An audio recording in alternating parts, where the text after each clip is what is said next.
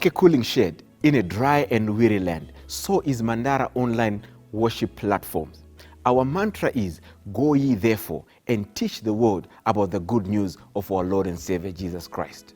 Welcome to Mandara SDA Church Facebook page. Don't forget to check us out on our YouTube channel. When you get there, remember to click the subscribe button and the notification button so that you might know of all these beautiful programs that Mandara brings to you. You are wondering, what are these programs? Listen, friends, we've got soulful, celestial music that will take you to the throne of grace. Remember, we also have life-changing sermons. We actually have discussions talking about the hot potatoes affecting families and young people. When do you expect to see these programs? On Wednesday and Friday, join us at 6:15 p.m. On Saturday, we begin 8:30 in the morning, right up to 4:15. I know you can't miss these life-changing programs that we are offering to you. God bless you totally and completely as you fellowship and convocate with us on our online worship platforms.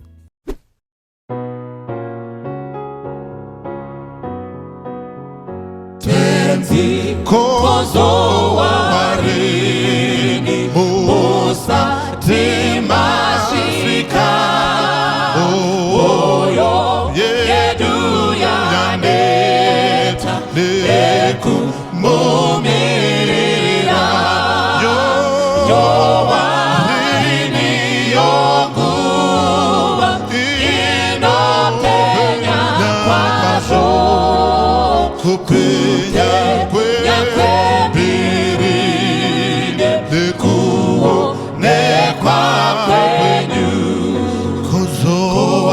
Kozo warini tenzi Bude kumusha Onamato Nono katenzi Wame vatokera Tenzi Matendi wenyu Wazazane shivi Vasho mawakamira Uru faro wenyu Ime mutani wakara Chema Iwamuke Wano yerangavati Tenzi aswera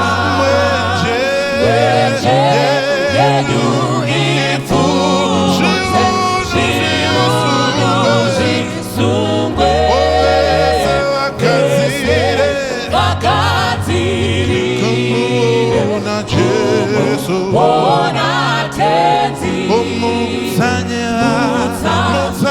wakara Chema Iwamuke Wano yerangavati Tenzi aswedera Wenje yenyu ifuze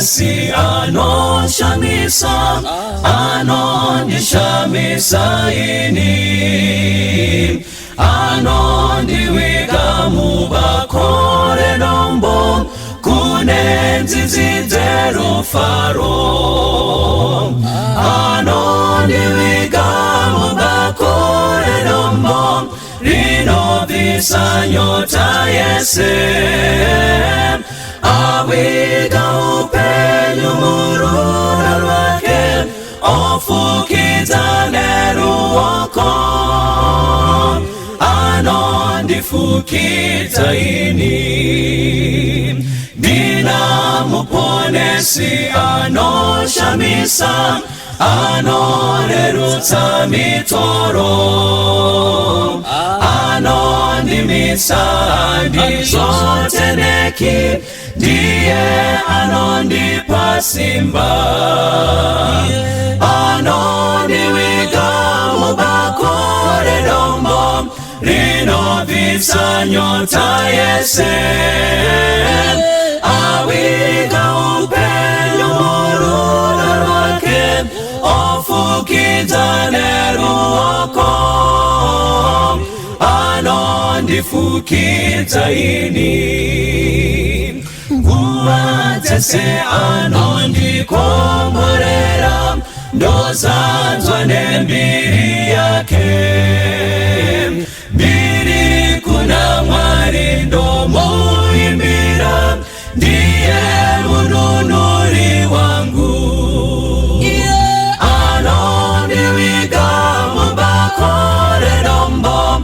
rinovisa nyota yese awiga upenyo murudo rwake ofukizane ruoko anondifukiza ini kuti ndapfeka mbiri ndozokwira tokumba naye makore ruponeso rudo runoshamisa toimba tese kudenga kuti ndapfeka mbiri ndozokwira tokumba naye makore ruponeso rudo runoshamisa toimba tese kudenga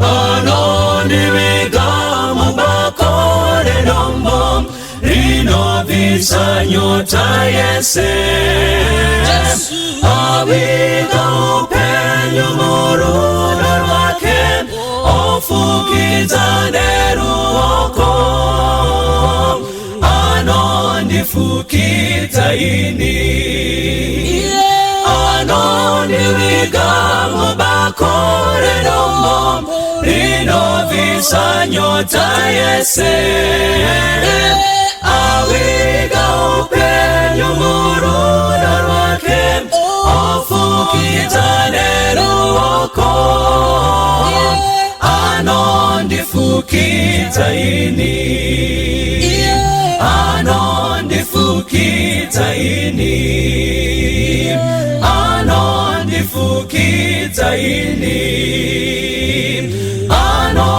anondifukiza ini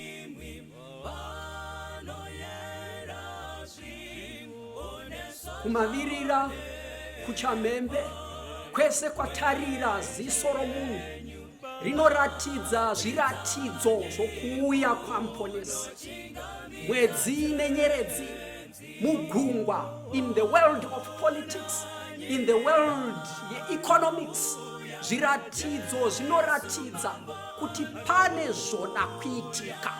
Nyika ngaivhure meso nokuti muimbi unoti zviratidzo zvakuratidza kuti pane chikuru choda kuitika. Ndikavunza ndechipi, muimbi akanditaurira kuti aiwa bonani kuna mambo unovuya, King of Kings and Lord of Lords, ndiye wapadhuze nokuti auye.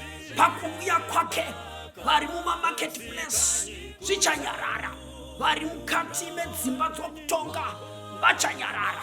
Kana mambo asvika navanoshanda vari muminda vachamira, nokuti muimbi neshoko rinoti ona mambo achinge auya.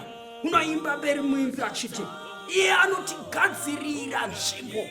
Vamwe vedu hatina kumbogara pakanaka, hatisati tamboona imba inorebwa nezita rokwako. Kukansoro hauko, kwasabhuku hauko, kwamambo zita hariko.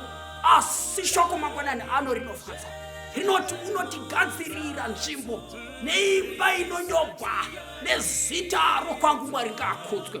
Yaakatigadzirira navatsvene vose vakatenda mukati mezita rake.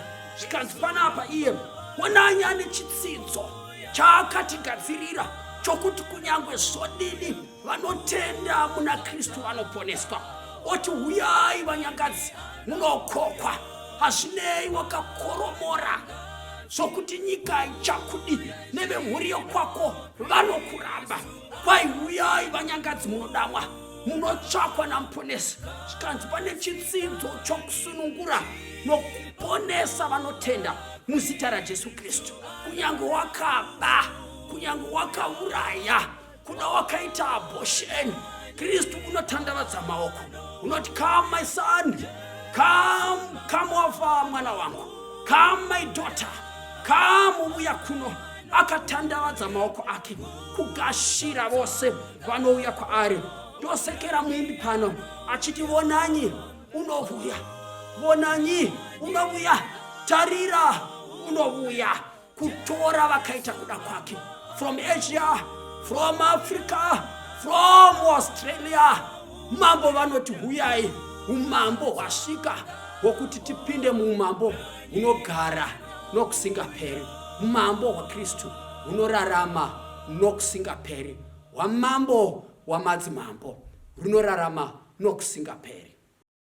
Ndiani avo vanoungana pamberi pechigaro chaMwari, vanokudza Jesu nemaropa enyenye, vari kupinda muJerusalema ja, vasambange maropa enyenye, vari kupinda muJerusalema ja, maropa enyenye,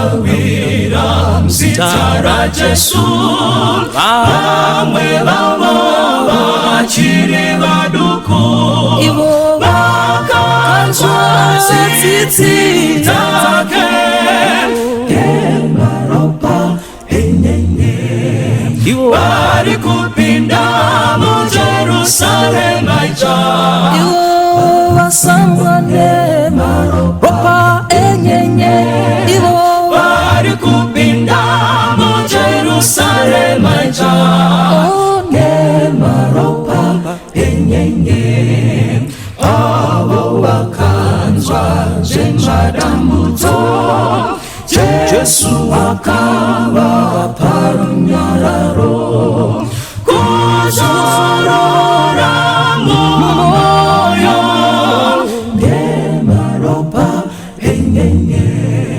vari kupinda muJerusalema ja, vasambange nemaropa enyenye, vari kupinda muJerusalema ja, ngemaropa enyenye, vakaita mubasa raJesu, wakanakukana kwakanaka, vachafanana narini, nemaropa enyenye, vari kupinda muJerusalema ja, vasambange nemaropa enyenye, vari kupinda muJerusalema ja, ngemaropa enyenye, vaponeswa vamira panyanza, chitema kufa zvese zvapera, rufaro zvenarini,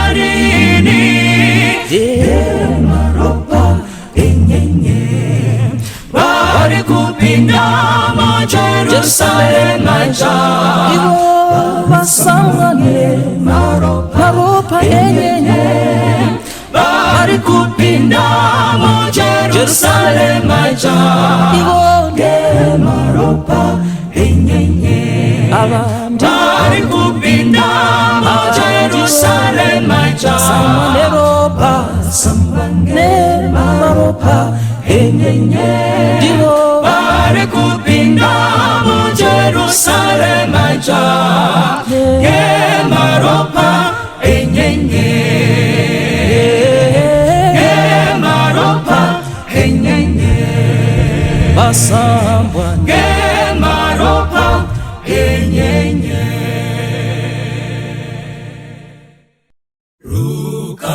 ndiro ulo lwangu rusimbire kuna Kristu andinawiri nemunu asimuzitara Jesu ndinamira kuna Jesu ndiye romaneyo yangu shimwe ndichanyura zangu kuti awigwa ngedima tsitsi dzake ndogarira mumwepo huru yesimba ruoko rwake ndobata ndinomira kuna Jesu ndiye romboneyo yangu shimwe ndichanyura zangu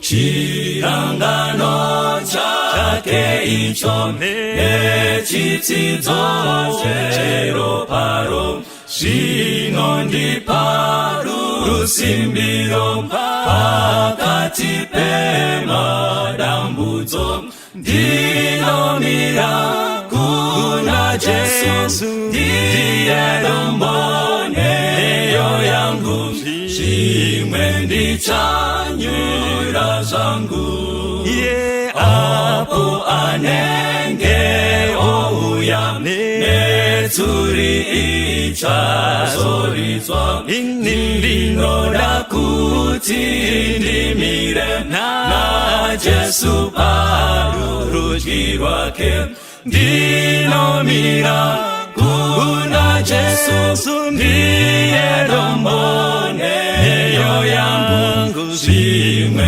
ndichanyura zangu ndinomira kuna Jesu ndiye romboneyo yangu shimwe ndichanyura zangu.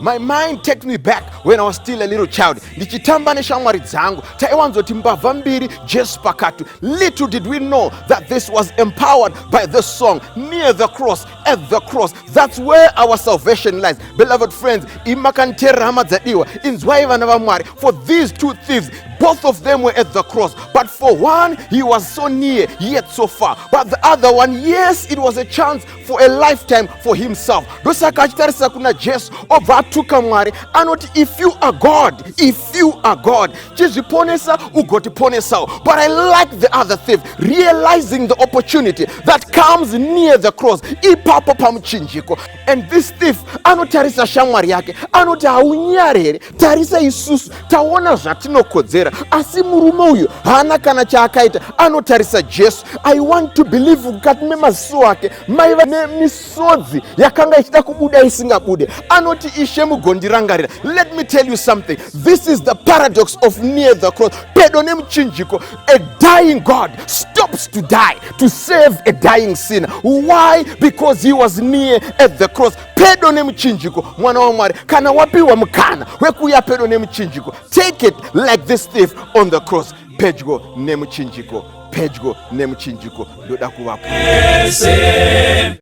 Jesu mnunuri wangu, muririo wangu, ponesi munyaradzi mumatambudziko.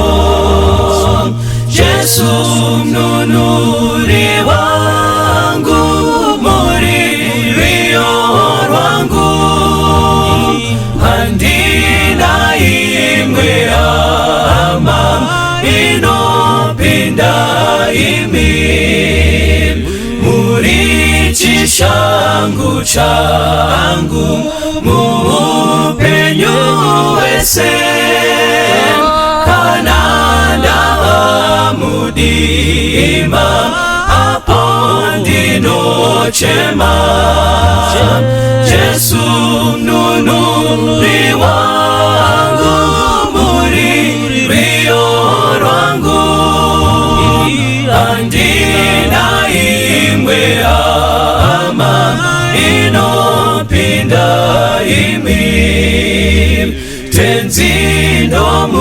gusimbira shamwariye idi ndino muda kupinda banu bese pasi Yesu nunuri wangu muririo wangu andina imwe ama inopinda imi muriru faro wangu mupasire dima dofarane mikwazo mudangaro renyu Yesu nunuri wangu muririo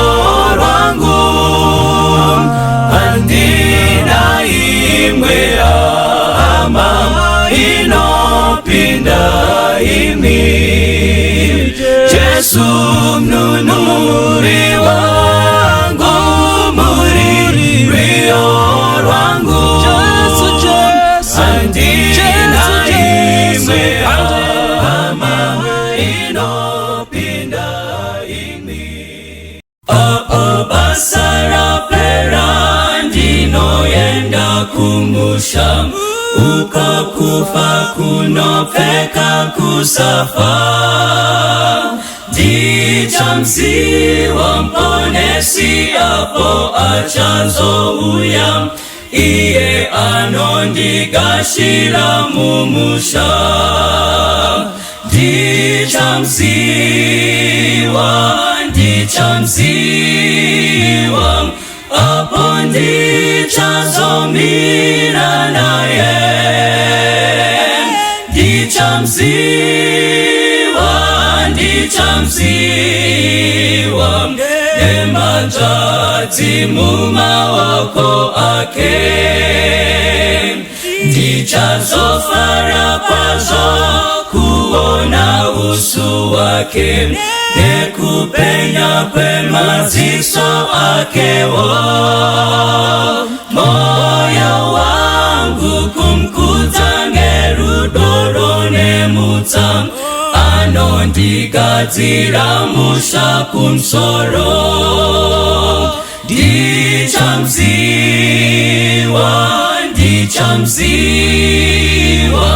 Apondichazo miranaye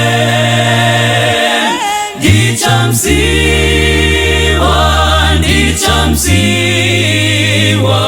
Nemanjati mumawako ake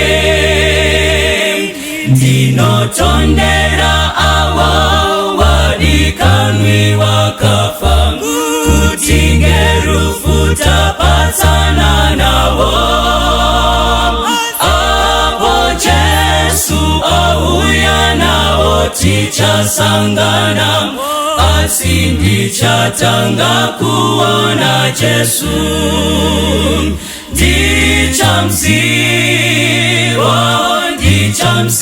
Dichamsiwa apondichazo miranaye Dichamsiwa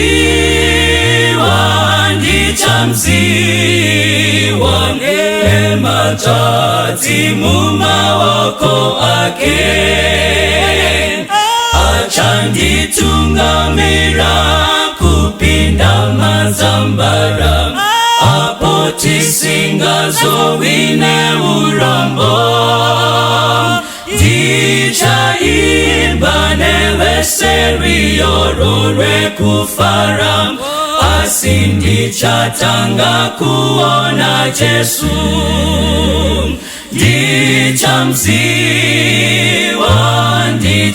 Dichamsiwa Apondichazo miranaye Dichamsiwa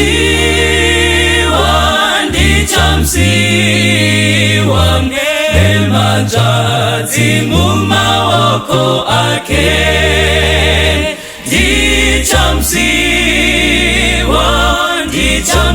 Dichamsiwa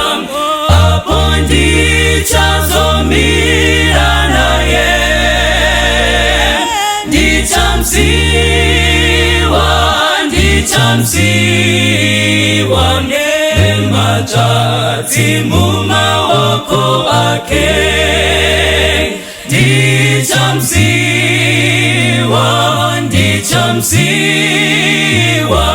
apo ndichazomira naye, ndichamsiwa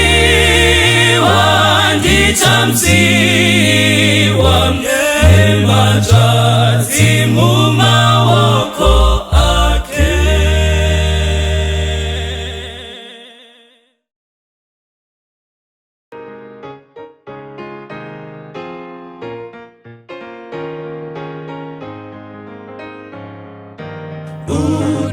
Unoneta moyo wako here, umuze Jesu, umuze Jesu, unosuwa neurombo here, umuze Jesu eka, umuze Jesu, umuze Jesu, shamari wazikanwa Chena umwe wakadaro, umuze Jesu eka, masoti ari kudona here, umuze Jesu, umuze Jesu, umejite mazali kwa here, umuze Jesu eka, umuze Jesu, umuze Jesu, shusha mari wazikana, hakuchina umwe wakadaro, umuze Jesu eka, umuri kuchana mutoro here, umuze Jesu, umuze Jesu, iye achakubatsira iwe, umuze Jesu eka, umuze Jesu, umuze Jesu, shusha mari wazikana, hakuchina umwe wakadaro, umuze Jesu eka,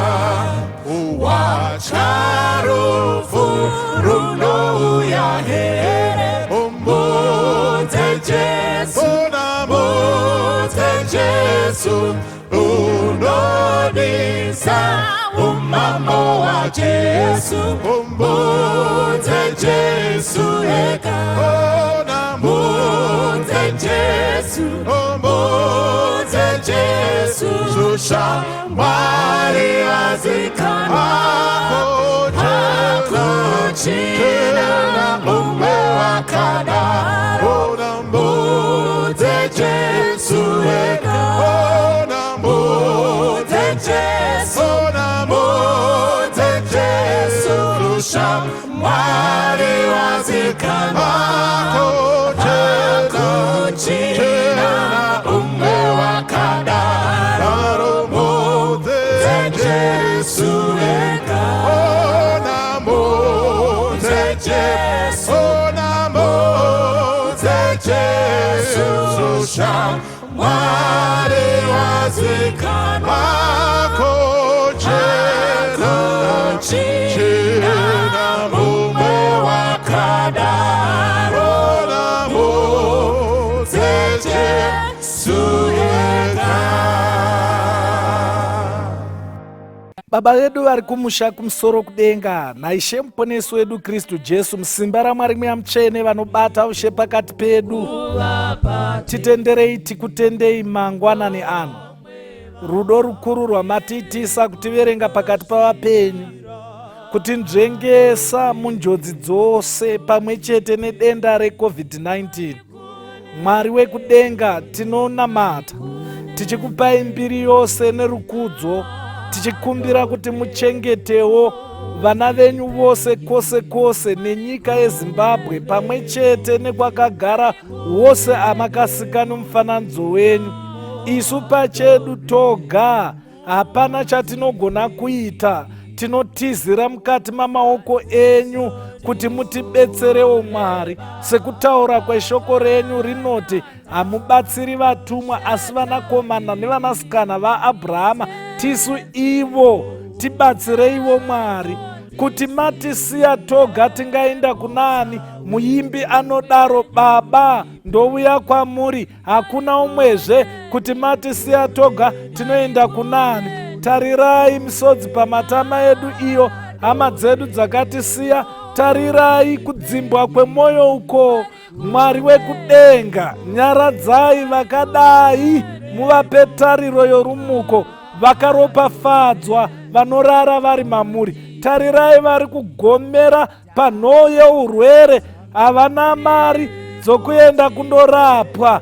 Murapi mukuru wemutsaa anofarisa navarombo, batsirai vanhu venyu Mwari. Vari kutambura, vane misodzi pamatama, vari kugomera vari mukati medzimba. Ivai muti wemubhesari punzvimbo yeGilead, murape vakaneta panguva yokunamata. Munamato uno Mwari wedu tinonamatira mhuri. Komborerai dzimhuri, sangano rafa mudzimhuri, asi ipai rufaro, rugare, kutendeka, kukudai, kukuzivai, kukutyai mukati medzimhuri. Dzikukudzei, ndizvo kana mhuri dzasimbiswa nekukomborerwa, sangano rinosimba. Komborerai vatungamiriri vechechi kuti vazive kuda kwaMwari, vapangire vanhu zvinodiwa naMwari. Shoko renyu riremenzaniso wokuponeswa kwedu. Komborerai vose ane chokuita nekukudzwa nekusimudzirwa nezita raIshe wedu Jesu Kristu, kuti rufaro pakukunamatai, rufaro pakukuimbirai, rufaro pakuparidzirai ruwanikwe. Tiite zvese semuimbi, tinofara kubatira tenzi, tinobvuma kumubatira iro basa Mwari raanotipa, tinoita nekutendeka. Tibetserei Mwari, tigone kuchengetedza kudedzwa kwedu. Tibatsireiwo Mwari, tigone kurarama tichisema zvamunosema nekufarira zvamunofarira. Kana basa rapera toenda kumusha. Ivai simba redu, ivai rufaro rwedu. Mutipe zvikomborero zvakati enzanira umwe chete neumwe chete wedu. Kana zvese zvavapo, tikoshese basa renyu. Kana rapera tinoenda kumusha. Ndo kukumbira kwedu munyasha dzaIshe wedu Jesu Kristu tinonamata. Amen.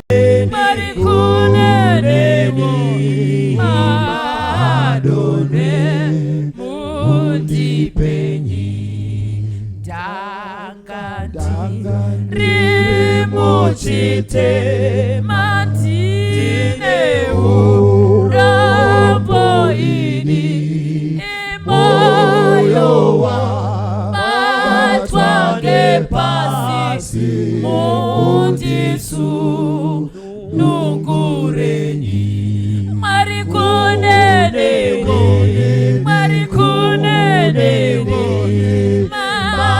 madone mundipenyi marikuneneko madone mundipenyi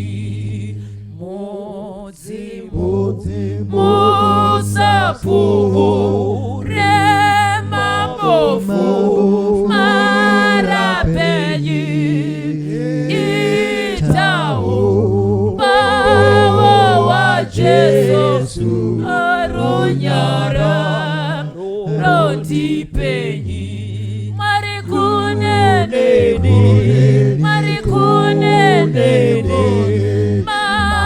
madone mundipenyi marikuneneko madone mundipenyi. tiri muchitema tine urombo ini iwa moyo wabatwa ngepasi mundisunungureni marikuneneni madonwe mundipenyi marikuneneni madonwe mundipenyi musapfuwo remabofu marapenyi itaumbawa wa Jesu runyara rondipenyi marikuneniwo madonwe mundipenyi marikuneni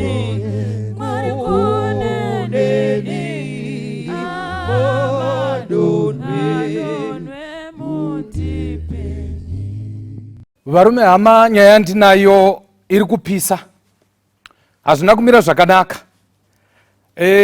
Nhasi tine nyaya yatoda kutarisa ine musoro wenyaya wokuti kupfigwa kwemutsa.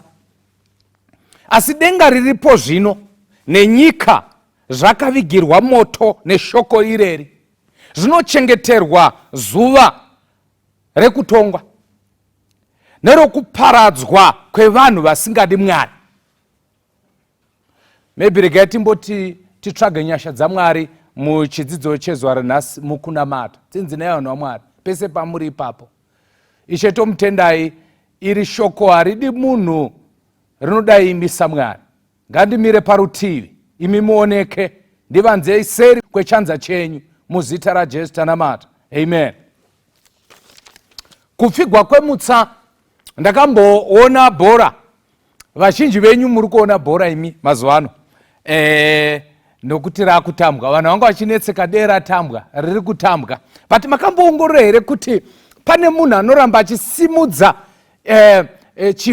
chibhodhi chinotaura nguva.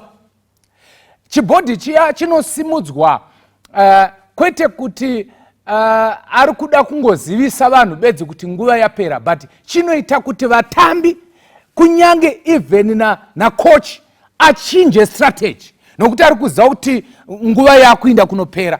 Ndinowanza kufarira tournament dziya dzine chekuita nekuti ngaripere ipapo ipapo. Hati kwete kutozotamba futi. Saka kana richinzi riri kupera ipapo ipapo, kana rikasapera mu90 minutes, kunonzi ngapaende paextra time. Extra time haifanani kanenhingi neawa iya yekutanga iyayi. Inguva shoma, then kozonzi raramba kupera ngainde kumapena. Pane mapena pane nyaya.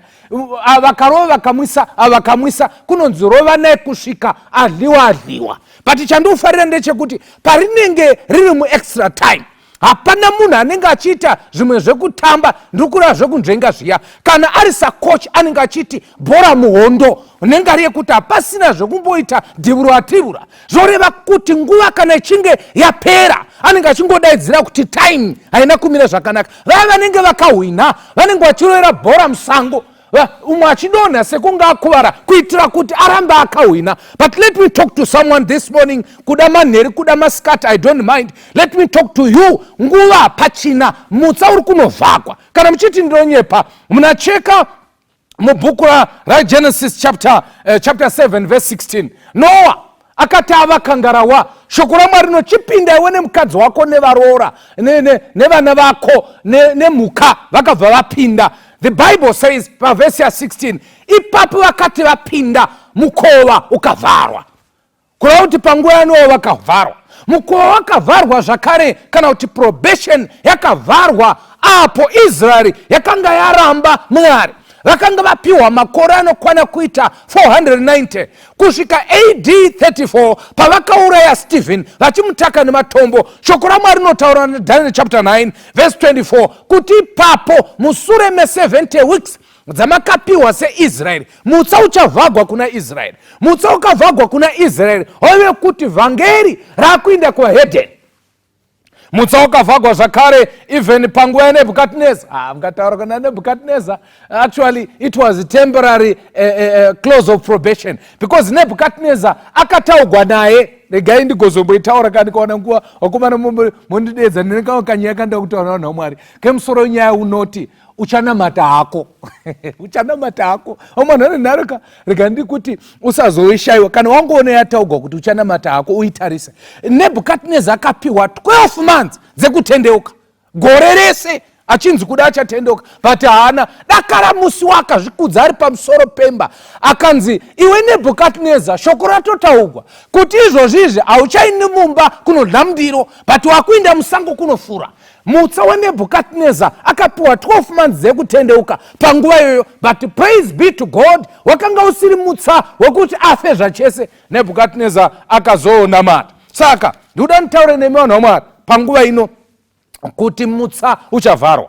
Iyi yakambotaurwa zvakare even naJohn the Revelator kuna zvakazarurwa 22 verse 11. Shoko raMwari rinoti, usina kururama ngaarambe achiita zvisakarurama, wakarurama ngaarambe achiita zvakarurama, nomutsvene ngaarambe achiitwa mutsvene. Muandaline mavara zvokureva kuti nyaya yekururama nenyaya yekusarurama pane paichapiwa mvumo.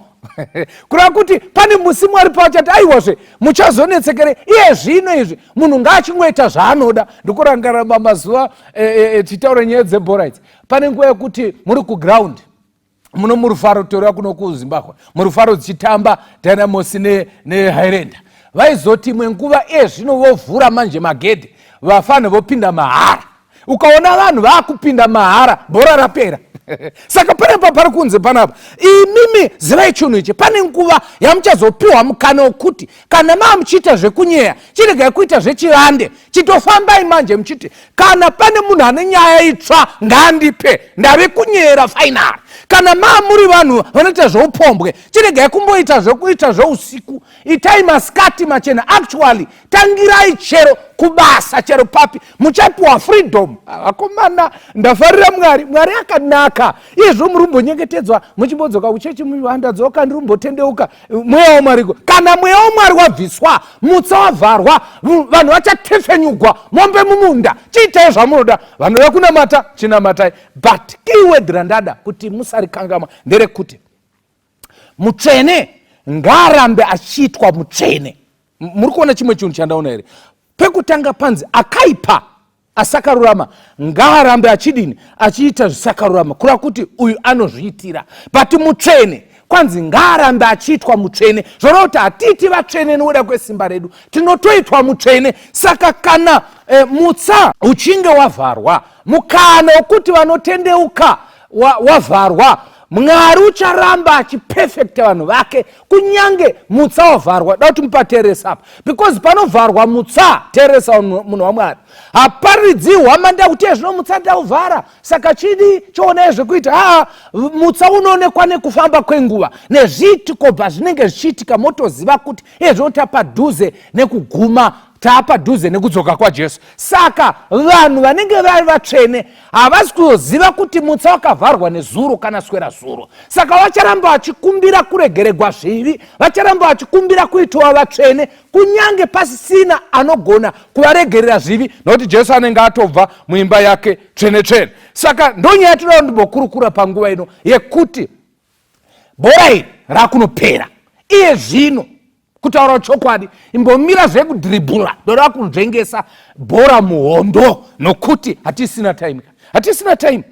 Haungaiti zvekudaro isu timu yakabayiwa zvakadai, hazviiti. Timu yakabayiwa, saka usamboite zvekunzvenga, no time wasting, because bhora rakupera. Ndoda kuti ndimhanye nemi vanhu vaMwari kurugwaro gwandachochora kuti kutitsanangurire nyaya iyi zvakanaka-naka. Kune machapters akawanda, kana kuti pana vanhu vakawanda vakanyora pamusoro pekuvharwa kwomutsa, vanhu vakaita sana John ndaiverenga kuna zvakazarukwa anotsetsenura kuti ndezvipi zvichaitika, maybe chazoyambukira ikoko zvedu kana nguva tiinayo, but ndazorora pabhuku raEzekiel, Ezekiel chapter 9 ndo pandazorora. Pane kanyaya ine mavhesi 11, vhesi 11 chete, pane kanyaya kandoda kuti tikurukure pamusoro pekuti mutsa usati wavharwa ndezvipi zvofanira kunge zvichiitika. What are the events before the close of probation? Ndezvipi zvinoitika mutsa usati wavharwa? I think zvinokosha izvozvo. Ndakuudza kuti kubhora anosimudza zvibhakani kutaridza kuti nguva yakupera. Ko isuwo tinoziva sei kuti mutsa wakuvharwa? Kana ndezvipi zviitiko zvinoitika mutsa usati wavharwa? Right. Ezekiel chapter 9, mabhuku enyu ngaabude tiverenge. Munogona kuverenga even pa screen papapa. Zvakangonaka izvo, but zvakanaka kuve nebhaibheri yako paside uchiongorora chiona chogona kusiyana. Indakabata rino rechishona chanhasi. Ipapo akadanidzira munzeve dzangu nenzwi guru achiti, swededzai vatariri veguta, mumwe nemumwe ane nhumbi yake yekuparadza muruoko. Zvino tarira, varume vatanhatu vakabva nenzira yesuo rokumusoro riri kurutivi rwokumusoro, nomumwe ane zvombo zvake muruoko rwake. Mumwe murume pakati pavo akafuka mucheka werinini, ane runyanga rweingi rwemunyori pachiuno chake. Vakapinda vakandomira parutivi rwearitari yendarira. Zvino kubwinya kwaJehovha waIsraeri kwakanga kwakakwira kuchibva pakerubhi, pakwakanga kuri kusvika kuchikumbaridzo cheimba. Akadana murume akanga akafuka mucheka werenini, akati, akanga ane runyanga rweingi rwomunyori pachiuno chake. Jehovha akati kwaari, pfuura napakati peguta, napakati peJerusarema, uise chiratidzo pahuma dzevanhu vanogomera nokuchema pamusoro pezvinyangadzo zvese zvinoitika mukati meguta. Muandalaini mavara.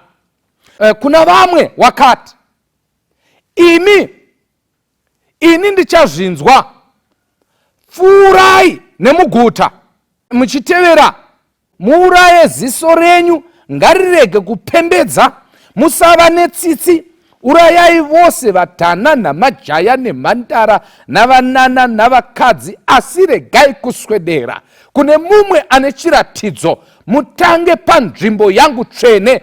Ipapo vakatanga navatana vakanga vari pamberi peimba. Verse 7. Vakaropafadza vanorava, fambai neni, musanetseka. Bhaibheri rinotapira, oda kuti mupote muchizviverengera mega. Akati kwavari, svibisai imba, muzadze mavanze navakaurawa. Chibudai. Vakabuda vakaurawa muguta. Zvino vakati vachiuraya, ini ndakasiyiwa ndiri ndoga, ndikawira pasi nechiso changu, ndikachema ndichiti, aiwa Ishe Jehovha, ko munoparadza vose vakasara vaIsraeri pakudurura kwenyu hasha dzenyu pamusoro peJerusarema here? Ipapo akati kwandiri, zvakaipa zveimba yaIsraeri naJudha zvakakura kwazvo. Nyika izere neropa, neguta rizere nezvisakarurama, nokuti vanoti Jehovha akabva panyika, Jehovha haoni. Imi kaini, regai ndipedzise tigozoitaura. Neni kana ndirini, ziso rangu haringapembedzi, haringavi netsitsi, asi ndichauyisa zvavakaita pamisoro yavo. Verse 11 ndeyokupedzisira. Shoko raMwari rinoti, zvinotarira, murume akanga akafuka mucheka werenini, akanga ane runyanga rweingi pachiuno chake, akadzoka neshoko akati, ndaita sezvamakandirayira. Kastori katiri kupiwa panapa naEzekiel, muono wakataridzwa pamusoro perutongo rwakanga ruchida kuitika paJerusarema, yandingati ni context kana kuti nyaya iri kuitika panguva iyoyo. But akanga achitaridzwa mberi zvakare zvaizoitika pamazuva ekupedzisira kana mutsa wavharwa, kana kuti mutsa usati wavharwa. chinhu chandoda kuti muone parungano runoro ndechekuti mutsa hauvharwi. Kana chiti mutsa tunoreva mukana wokutendeuka. Hauvharwi Mwari asati audza vanhu kana asati apa warning. Ndizvo zvinotaura Amos chapter 3 verse 7. Mwari haiti chinhu asina kuudza vaprofita vake zvakavanzika. Saka tisati tavharigwa mutsa, dhoo risati ravharwa, musiwo usati wavharwa, probation, mukana wokutendeuka usati wavharwa, Mwari anotuma shoko rake.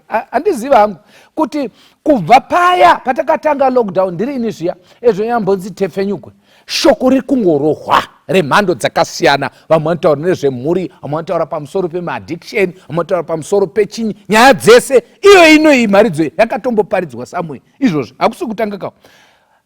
Zvinoreva kuti Mwari ari kupa warning yambiro kuti umwe neumwe akwanise kutiza dambudziko iri, kana akawira mukati maro haapi mhosva kuti hapana chandanga chiziva. Saka muchaona panapa kuti pane runyaya rwevanhu vari kutaurwa pamusoro pavo. Kwanzi swederai vatariri veguta. Zvoburitsa pachena kuti ari kunzi vatariri veguta ingirozi dzakanga dzakapiwa basa rekuchengeta this city. Rega nditi guta renyu riri kuchengetwa. Guta ratinaro rino muno muZimbabwe, guta guru ratinaro reHarare, rina anochengeta. Handisi kutaura magadhi, handisi kutaura mapurisa kana masoja. Kune mapurisa amambo okumusoro kudenga akarinda guta rino. John akamboitaura, I think chapter 4 chazoenda yako sometime kana tikawana mukana. Inotaura pamusoro pe chapter 7 inotaura pamusoro pekuzopiwa zvisimbiso kuvanhu. Kabva kwanzi panga pakabatwa mhepo ina, mhepo ina dzinomirira east, west, south and north.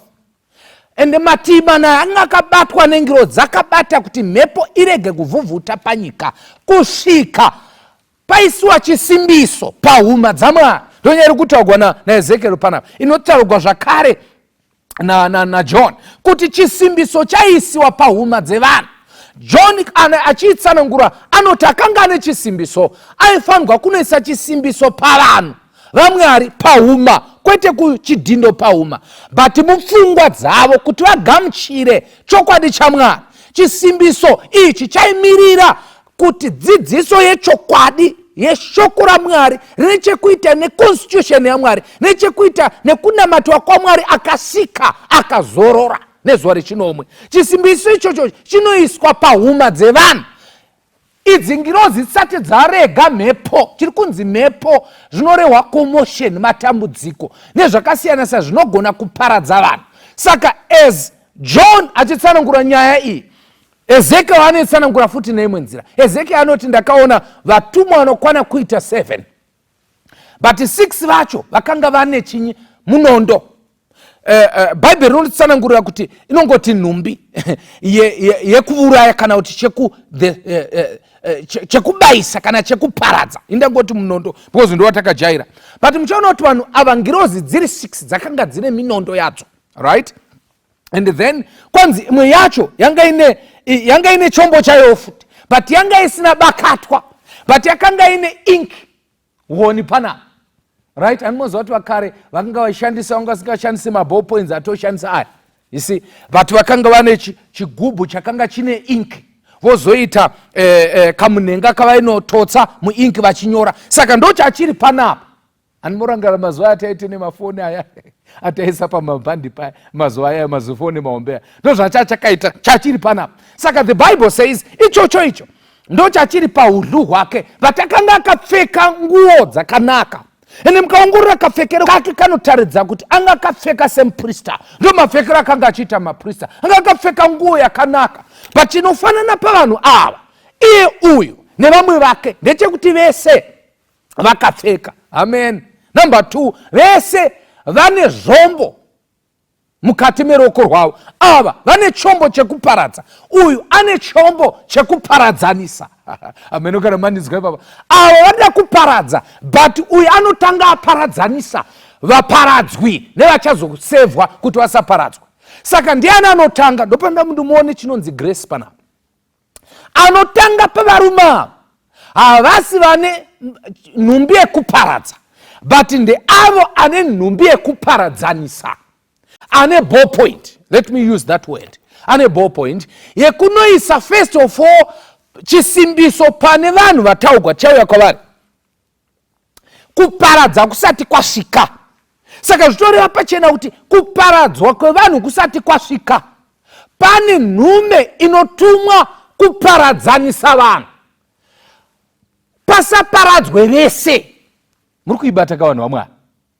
Hatisi kuzoparadzwa tese. Pane vachaparadzwa. But mukuparadzwa kwedu tinosiyana maparadzirwo. Pane vachaparadzwa, koita vachaponeswa. But kuti vaponeswe, havaponeswi musi wekuparadzwa, asi vanoponeswa kuparadza kusati kwasvika. Ndoda kuti mupaone papa. Saka uyu akanga ane inkhorn, akanga ane chigubhu chakanga chine ink, aifanirwa kunonyora vanhu vakanga vachiita sei, vaigomera. Ndo zvataugwa neshoko raMwari. Vaigomera nekuda kwekuipa kwenyika. Ndo akanzi ivavo ngavainde vanoisiwa chisimbiso, kana kuti ngavainde vanosimbiswa, vaiswe parutivi, vaiswe nhamba yekuti ava vaparadzwe, nokuti vanogomera nekuipa kwenyika. This is very critical. Number 2, vanhu ava kana vachinge vaiswa chisimbiso ichi, panozonzi iye anoti ini ndapedza, ndokubva ati ndaita basa sekutaura kwamaita. Then vave kuparadza, vozonzi chii ndiyamunoparadza. Saka pane nyaya yedu panguva ino ndepekuti nguva yekuparadzwa kwevanhu isati yasvika, mutsa usati wavharwa, pane mukana wekutransifeya kubva kukuparadzwa kuinda kumunhu achaponeswa. Ndo zviri kritika izvozvo. But kwanzi kudini? Kwanzi tangai, tangai paimba yangu, kana kuti pakereke yaMwari. Indamboti aiwa vangatangiri papo, vanowane ndiani wavangaparadza pachechi. Zvandiburitsira pachena kuti kana iri nyaya yekutongwa, kana iri nyaya yekuponeswa, kana iri nyaya yekuparadzwa, haitangiri kure, inotangira pavanhu vaMwari. Matonzo kuti yatangira papi? Kwanzi pavatana. Zvoreva kuti vakatangira kuvakuru vekereke. Kuvakuru vekereke ndokwakatanga rutongo. Judgment begins in the house of the Lord. And haingotangi in the house, inotanga on the pavanhu vanochengeta imba yaMwari. Munoziva here kuti kune vamwe vanhu vakatopinda denga kudhara, anotokutaura kuti ninganenda ningaindi, nekuchinzi anotonzi iye ngaachuze vanopinda. Izvo anotonena ane list yake kuti ningachapinda, namai ningi uyu achapinda, uyu haapindi. Kune vanhu vatsvene vekuti mumaziso avo vanenge vachifungidza kuti vanhu vese ava vatadzi. Unotoona even kana vachitaura muchidhiskasa zvinhu pangava pachechi chaipo, haatauri asi kana akutaura iye unovachinzi yakuvharira chidzidzo chatadzidza ichi, ada kutovharira vamwe vasati vataura. Pane vanhu vanofungidzira kuti ivo pachavo ndio vachazoita maasha ekupinza vanhu mudenga. Bhaibheri riri kuti kunyange vanhu varipo vatsvene vaMwari, asi hatisi kuzoita vatsvene nekuda kwedu, but tinotoitwa vatsvene. Shoko raMwari chatangira pachechi. Rega ndimboti ini mazuva ano vanhu vakuinda kumachechi apo nepapa, pachechi penyu po paya ndorava pachechi penyu, kana rutongo gukanzi, because gwakatotanga actually, regai ndidramatize kunzi announcement inobva yati nhasi tiri kuya pachechi penyu, munhu wese ngaauye kuchechi, toda kutotonga nhasi. Mbondiudzawo iwe kuti, rega ndimbotanga nepfungwa yekuti ndivanani vaunofungidzira kuti havasi kuinda kudenga pachechi penyu. Handidi kuda kuti umbotaura mazita usataura mazita, but omwoyo mako unototi uyu mudhara haindi, ava maya havaindi, avakomana havaindi. Of course unogona kuve uchitaura chokwadi, but munhu wawasiya anogona kusainda ndiwe. Dambudziko nderekushandisa foshoro, vanhu vasingashandisi zvipunu. Foshoro haidi kunyanya kushanda pashoko. Izvozvi zvivhangeri neri vanhu vanoda kuti anga aripo, nhasi anga atoenzwa, ndichatomupa link.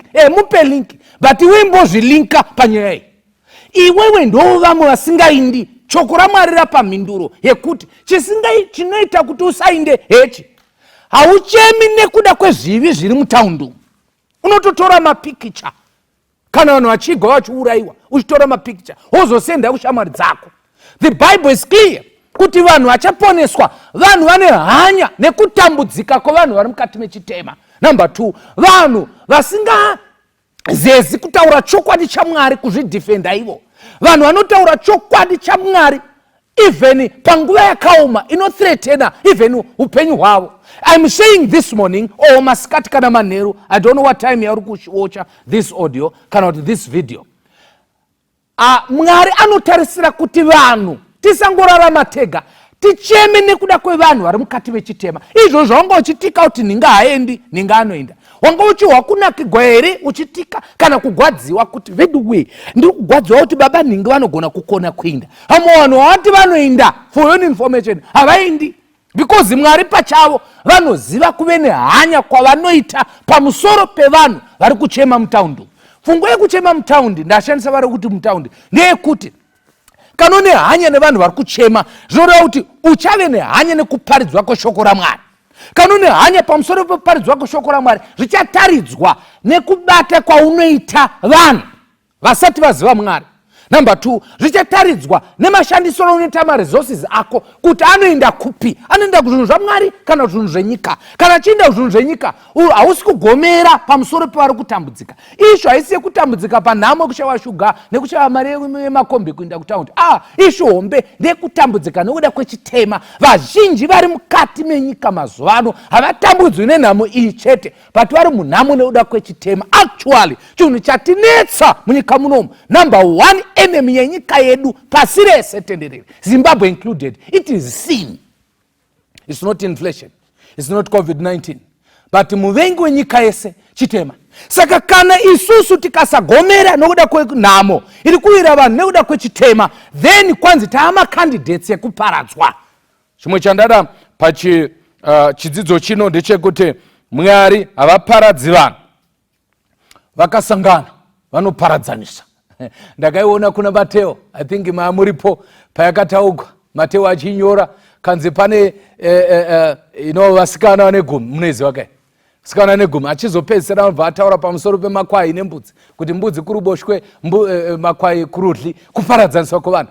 Anoitaura futi iye Mateo anoti havasi vese vanoti ishe ishe, kureva kuti nyaya yekuponeswa vanhu vaMwari haisi yekugona kuparidza kana kunamata kana kuimbisa kana kufarira zvinhu zvekuchechi kana kurongera vanhu kuti vanamata. Nyaya yekuponeswa nechekuita nekugomera pamusoro pevanhu vari kutambudzika muchitema, kureva kuti munhu ane concern nekuponeswa kwevanhu, zvinooneka nededication yaanoita pabasa raMwari.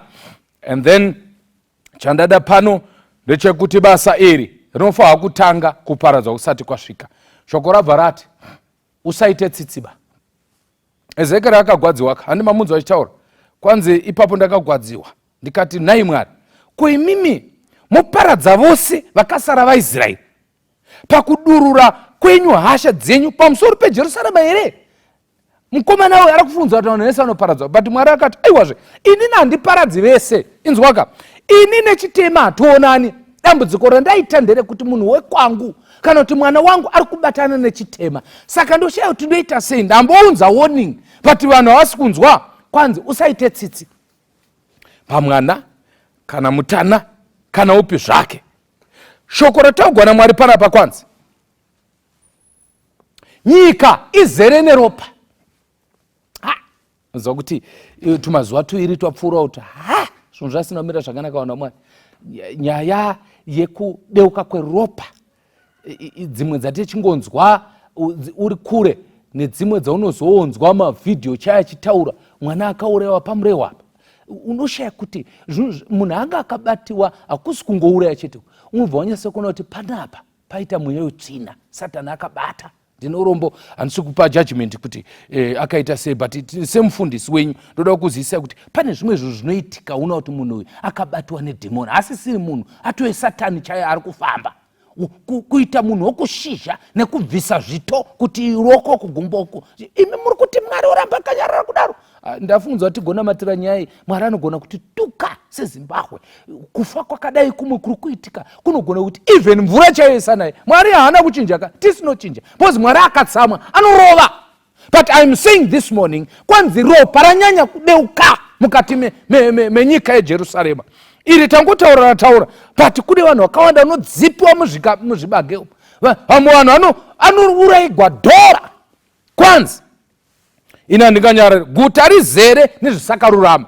And then nokuti vanoti kudii, ndo mashoko andirwadza pavhesi ya9. Nokuti vanoti Jehovha akabva panyika. Hey, unomfungudza kuti munhu zvaanoita zvezve anomboti Mwari ariko. Ipo paya panenge uchita zvaunoita zvezve, anditi it's a sign yekuti Mwari haapo. Because pfungwa dzedu dzichibvuma kuti Mwari aripo, ende Mwari haasi kudenga kure nesu, but ari patiri, hana dzedu dzairovaka. But zvinoita kuti uite zvauri kuita izvozvo kubvuma kuti Mwari haapo. Regai nditini, ukaona munhu angava mwana akuita zvakaipa uripo, zvinoreva kuti ari kuti whether uripo kana kuti haupo hazvina kana musiyano. In other words, ari kuti haupo. Saka ukaona toita zvatinoita izvi, hana dzedu dzisingarovi, kutoburitsa pachena kuti tiri tega, Mwari haapo. Hapana kwaakaenda. Kwanzi vanoti futi Mwari haaoni. But shoko raMwari rinoti neni kana ndirini ziso rangu haringapembedzi, haringavi netsitsi, asi ndichawisa zvavakaita pamisoro yavo. In other words, shoko raMwari riri kuti zvavakaita zvacho ndo zvandichaunza pamusoro pavo. Saka hakuna munhu achatongerwa zvinhu zvaakaitirwa. Unotongerwa zvawakaita. Hakuna munhu anotongerwa kunyeyiwa, unotongerwa kunyeya. Hapana pauchanziwo nokuti waivengwa stereke saka pinda mumazambara. Nyaya ishu ndeyekuti iwe wakavenga here. Saka shoko raMwari kuchiburisira pachena kuti kusati kwaparadzwa vanhu vanofanira kuparadzaniswa. John nyaya anoitaura zvakanaka kuti kuiswa kwechisimbiso pahuma dzevanhu vaMwari kwakatotanga kare. Nguva yesealing, inonzi sealing time yakatanga kare. What does that mean? Zvoreva kuti izvo tiri munguva yekuparadzaniswa kwevanhu. Kuti ava vanhu vane shungu neni, anotaura Malakai, vanotya Jehovha pavakataurirana, bhuku yerangaridzo yakavhurwa, ndi 3:16 yaMalakai. Saka pari kupiwa picture yekuti kuparadzwa kusati kwasvika panouya warning. Kana pauya warning, vanhu vo vakarohwa nehana, sekurohwa nehana kwauri kuitwa, izvo zvinoda kweshoko rinorari kunzwa. Mwari anobva ati uyu angangoponeseka. And then wobva washandwa manje.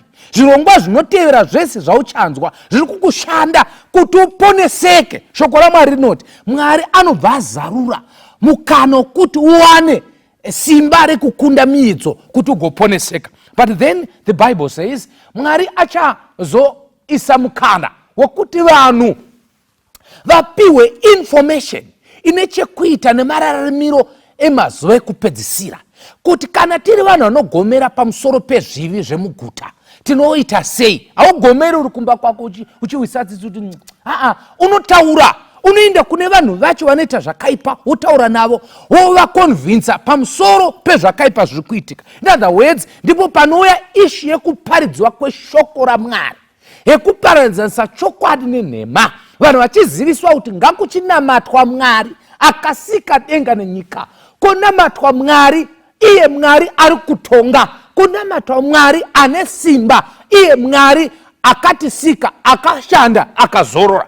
Saka ishu yekuiswa zvisimbiso pahuma dzaMwari zvinoreva kupiwa vhangeri nechekuita nekuchengetwa kwomutemo waMwari pamazuva ekupedzisira. Ndo number 1. Number 2, chisimbiso chinoiswa nani? Chinoisiwa naMwari muya mutsvene. Ukaverenga kuna 4:30 yavaEfeso, maybe nikakasika kusvikapo toiverenga vaEfeso chapter 4:30 inotsanangura pamusoro pekuti ndiani anoisa chisimbiso ichi. Chisimbiso ichi chinoiswa pahuma. Ndakuudza kuti kuisa pahuma zvinomirira kupiwa zvokwadi yaMwari mumusoro wogamuchira, kwete uchimanikidzwa asi nekuda kwako. In other words, uri kuzviita mukubvuma, mukuve convicted kuti zviri kutaurwa ndezvechokwadi. vaEfeso 4:30 inoti regai kuchemedza mweya mutsvene waMwari, amen, wamakaisirwa chisimbiso mahari kusvikira pazuva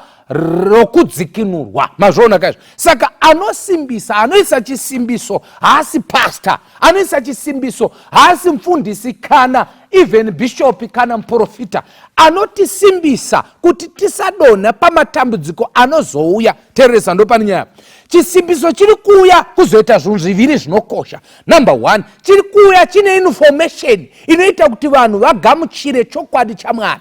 Number 2, chinouya kusimbisa vanhu mune zvavadzidza izvozvo kuti matambudziko paanenge akuuya then varamba vari pachokwadi ichocho. Saka nyaya yechisimbiso ine chekuita nekuparidziwa kweshoko rengirozi nhatu riri kuna zvakazarurwa chapter 14. Nosanangura kuti ndakaona ngirozi ichibhuruka pakati pedenga. Yekutanga yakati ityai Mwari, in other words musatya zvimwe zvese. Ishe yekutya ndereverence, kukudza Mwari, munamate iye kwete kunamata vamwe vese. Munoziva kuti zvakaoma kufunga kuti kunamata Mwari usinganamati iye. Kuti unzi uri kunamata Mwari hakusi kungoimba mukwaya nekuinda kunoparidza nekunamata nekupfeka hembe dzekunamatisa. Nyaya yekunamata Mwari wechokwadi, kunamata Mwari akasika. Saka kuti tizive kuti unamata type ipi yaMwari, tinodzokera pacreation. Chii chakaitika kucreation? Creation kune nyaya dzemuchato, for instance, actually before even muchato. Kucreation kune nyaya dzesimba rekuti Mwari ndiye akapa simba pamunhu, ndiye akasika munhu. Saka kana usingabvumi kuti wakasikwa naMwari, nyange uchienda kuchechi hausi kunamata Mwari akasika. Number 2, kucreation kune nyaya yemuchato. Kana iwe usingazivi kuti muchato wakamira sei, ndivanano vanoroorana, uchiroorana murume nemurume, uye uchienda kuchechi uchiroora vakadzi vaviri vatatu vatanhatu kana vanomwe, iwe uchienda kuchechi hausi kunamata Mwari akasika. Because Mwari akasika anodzosera vanhu pamuchato wechokwadi wokuti mukadzi umwe nemurume umwe chete, kunoroorana mukadzi nemurume. Kana tikadzokera pacreation tinoona kuti kunoshandwa. Teresa pakakora. Kana iwewe uchienda kuchechi uri simbe hausi kunamata Mwari akasika. Vanhu vanonamata Mwari akasika vanoenda kubasa, vonoshanda. Handisi kuda kumurungu, takatobvako kudhara ikoko, tikutaura pamusoro pekushanda. Kana iwe usingashandi asi uchinamata hausi kunamata Mwari akasika. Mene umwe Mwari wauri kunamata. Saka mene kwamuchaindisana naMwari yeye, nokuti denga raMwari achazotora vanhu, anotora vanhu vanoita zvakaitiwa naMwari paakanga ari pano panyika. Mwari akashanda. Kushanda it's a sign yekuti unamata Mwari akasika. Handizivi kuti number 4 5. Kana iwewe usingashandi mazuva matanhatu, kwete mairi zvauri kuita, mazuva matanhatu ezvotinge chinzi kubasa mweya kaviri, rimwe muye zvinomushandira kumba. Ameno tiri kushanda here tiri kumba ikoko. Sorry ndiregerere, asi kungotaurawo semufundisi wenyu kuti kwakanzi tishandire kumba. Tiri kushanda here tiriko kana kuti tiri kugarira kumba? Shoko rinoti kana ukasashanda 6 days iwe uchienda kuchechi, zvinoreva kuti hausi kunamata Mwari akasika. And then kana ukashanda bedzi muchokocho, musingavhari ringa business rako kana kuti kuvhara basa rako kana kuita zvimwe zvese, wozorora zuva rimwe chete pavhiki, rova zuva rechinomwe, kunyange uchinamata. Ndozvokutaurwa namatai Mwari akasika. Kana uchinamata zvoreva kuti tiri parutivi vanhu vaMwari, ngatinamatei akasika. Nyaya yekusika nyika neyekusika zvinhu zvese inotitaridza kuti Mwari wakatipa simba pamusoro pezvinhu zvese. Saka kana isusu tichitongwa nezvinhu tisingatonge zvinhu, hatisi kunamata Mwari akasika. Because Mwari akasika akatipa simba pamusoro pesirivheri, akatipa simba pamusoro pegoridhe, pamusoro pezvese zvinobhuruka nezvese zvinokambaira nemombe nezvese. Ukaona munhu achitongwa nemari, zvinoreva kuti kunyange achienda kuchechi haasi kunamata Mwari akasika. Saka muEden munotipa kurudziro yekuziva Mwari akasika. MuEden mune ishi yekudla, madliro, chatinodla tinodlei. Ukaona uchidla zvakanzi naMwari usadle hausi kunamata Mwari akasika. Saka Bhaibheri soko raMwari rinoti inda unoparadza vese. Moment paakadzoka uye akanga ane inkhorn apa paudlu hwake, akati ndaita sezvamataura akomanaka, ndapedza basa ramandituma, kunonzi ndokubva Mwari azoti kune vaya vakanga vari ready. Kanzi chipindai manje, ndoda kuti munotanga pachechi, munotanga kumaelda, tangai pamusasa umapasta. Regai ndidaro ndokuti ndokuno shamwari dzangu ndokubasa kwedu. Kana vanhu vakunotanga kumapasta, vanotangira paconference. Kana vasvika paconference vanoenda kuadcom, mavara anu vanovaziva vanhu vandikutaura nezvavo. Vaenda muadcom, vanoenda mumaofficers. Maofficers ndepresident, secretary natreasurer vake. Mwari anotanga, ndodare ranotanga kutarisa kuti pavanhu vatatu ava ndiani anogona kuiswa chisimbiso, anogona kusaurawa nedisaster iri kuuya. Obva ipo upinda mumadirector, ndori vanoona nezve kumadepartment veeducation, vestewardship, vemadzimai nese. Dare rotonga kuti pakamira sei pamadirector. Ndiani anosara yozoenda kumapastor, mafrontline pastors vari kudunhu rakati moungana, then poonekwa kana zvada zvakupoya zvoenda kumaerida mese padare rinyi remaelda kumahedhi. Obva onekwa kuti voenda kumadikoni mukati mechechi menyu zvozoerera zvoenda kunhengo. The Bible says tanga pavatana.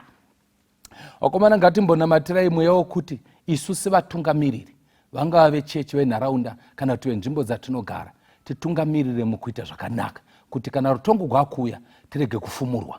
Kwanza handisi kuzonyara because ini ndovengana nechitema.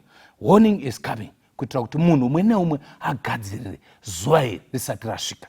For one information, zuva iri harisi kure manje, riri patyo. Regai ndiverenge vhesi kuna 2 Peter chapter 3 nichatangira pavhesi ya7. Inoti kudii? Asi denga riripo iri yezvinezvi riripo ramunoona nenyika zvakavigirwa moto neshoko ireri. Denga ratiri kutoona rakatochengetwa riri mubhengi, nenyika iyoyi yakabhenkwa neshoko riri kutaurwa, zviri kuchengeterwa zuva rerutongo. Ndiri kurangarira mai tichakura ezvotauda unorimaka vane nguva yavaisa nzungu dzembeu pasaidi. You see now, dzinzi ndedzembeu idzodzo dzakuna munhu anodzibata. Vaitosvika paextendi yekuti ndaisa mushonga kunotora dota panze womwaya uchisa mushonga, anenge angodla anofa. Havaisi mushonga but vaitira kuti vanhu vatye. Dzungu dzembeu hadzidyiwi, dzaive dzakachengetegwa mbeu. Saka denga ramunoona iri nenyika yatiri zvakachengetegwa moto, zvakaiswa parutivi. Actually this heaven and earth is holy, itsvene. Ishu yekuti itsvene rekuti ndeyekuzotsva, but hapana pachatsva denga nenyika iyi pasingazotsvi vanhu vanogara munyika imomo. Kwanzi panapa ndevapi vachaparadzwa kwanzi. Asi vadikanwa, musakanganwa chinhu chimwe ichi kuti kuna Ishe zuva rimwe rakaita semakore ane churu. Muri kunzvinzwa here Africa? Zuva 1 ratiinaro rakaita se1000 years. Nemakore ane churu chezana zuva rimwe, zvoreva kuti mazuva haana kuwanda, mazuva futi haasi mashoma. Whatever chatinoita tiri mu extra time. This is where I was coming to. Tiri mu extra time nokuti nguva yemutsa ichipo. But hatizivi tinofa kwarini. Chine danger yemutsa manje iri pavhesi 9.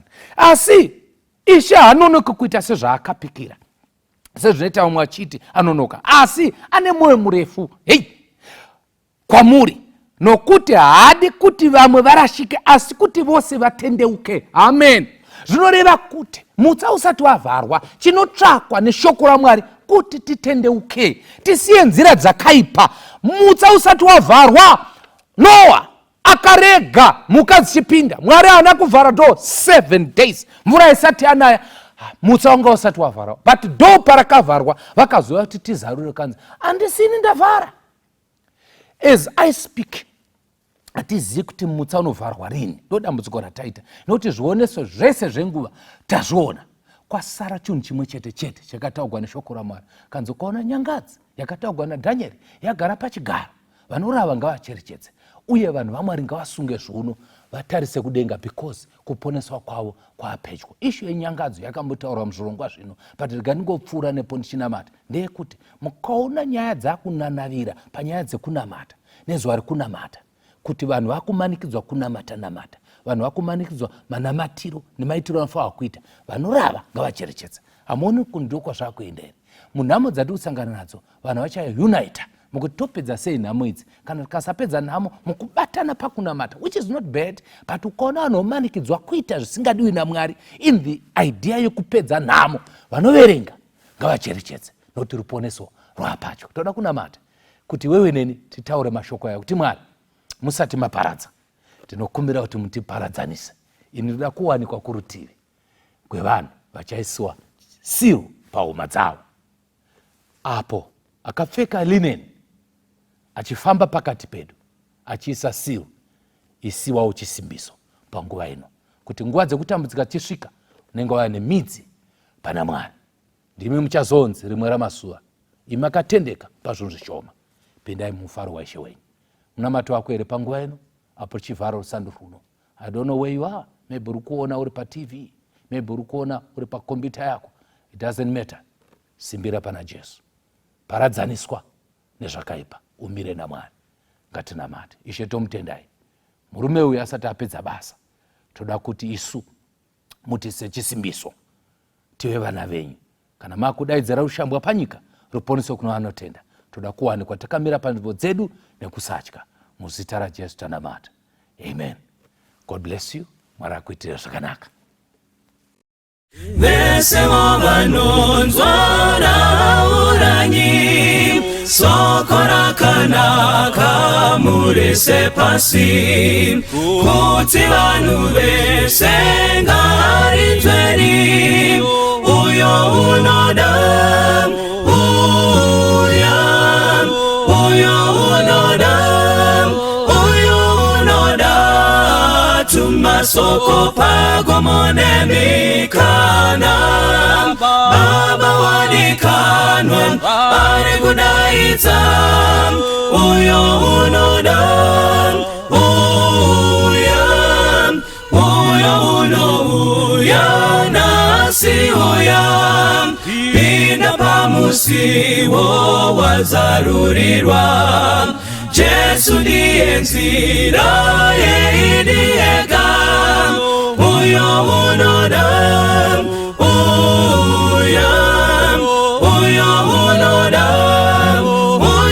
unoda, tumasoko pagomonemikana, Baba wadikanwa ari kudaidza, uyo unoda, uyo unoda dawiraini, uyo unoda dziwira ngeizwi, uyo unoda upenyu narini, uyo unoda, uyo unoda, tumasoko pagomonemikana, Baba wadikanwa ari kudaidza, uyo unoda, uyo unoda, tumasoko pagomonemikana, Baba wadikanwa ari kudaidza, uyo unoda, Baba wadikanwa ari kudaidza, uyo unoda, Baba wadikanwa ari kudaidza, uyo unoda,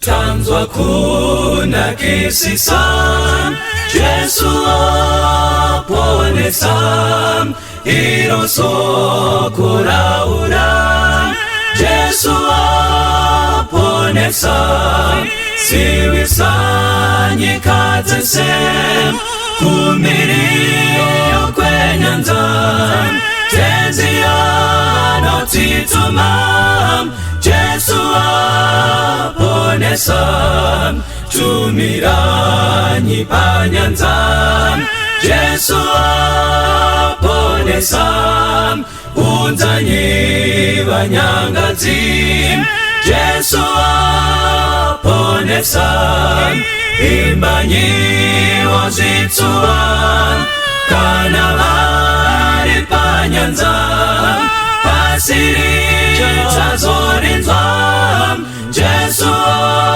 aponesa. aponesa, imbanyi mudambudzo. Jesu aponesa, neupenyu nerufu.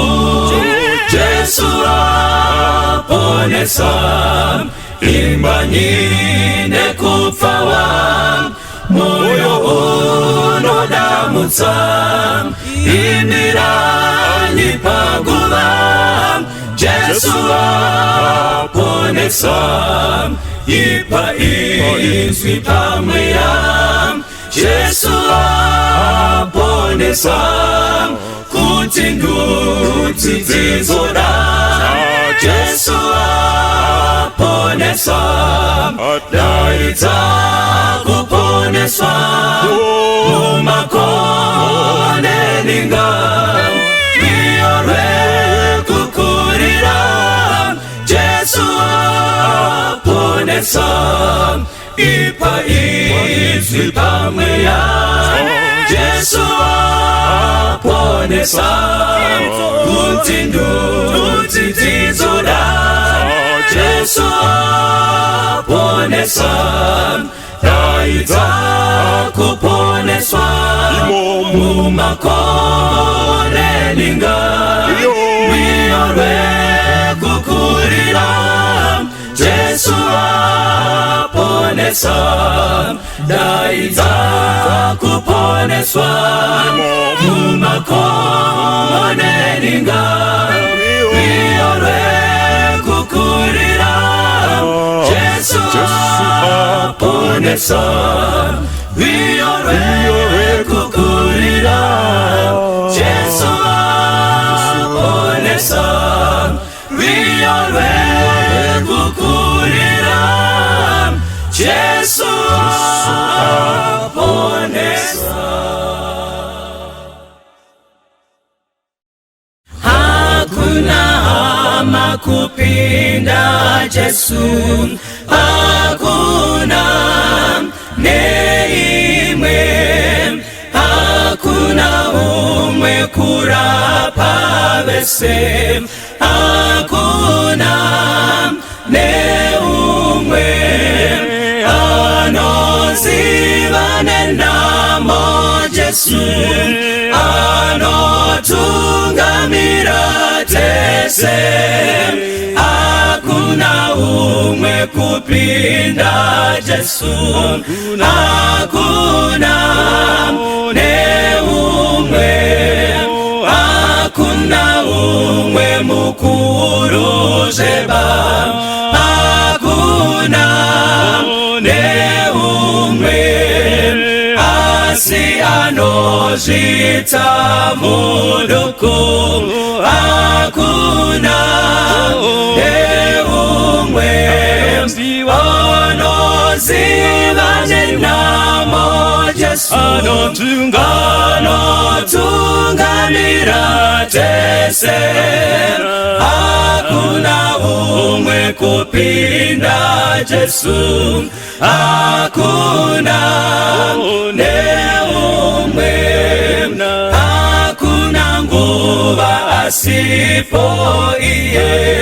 Hakuna neimwe, kana usiku rudo ruripo. Hakuna neimwe anoziva nenamo Jesu, anotungamira tese. Hakuna umwe kupinda Jesu, hakuna neumwe, hakuna umwe akamborambwa. Hakuna neumwe kana munyangazi amurambiko. Hakuna neumwe anoziva nenamo Jesu, anotungamira tese. Hakuna umwe kupinda Yesu hakuna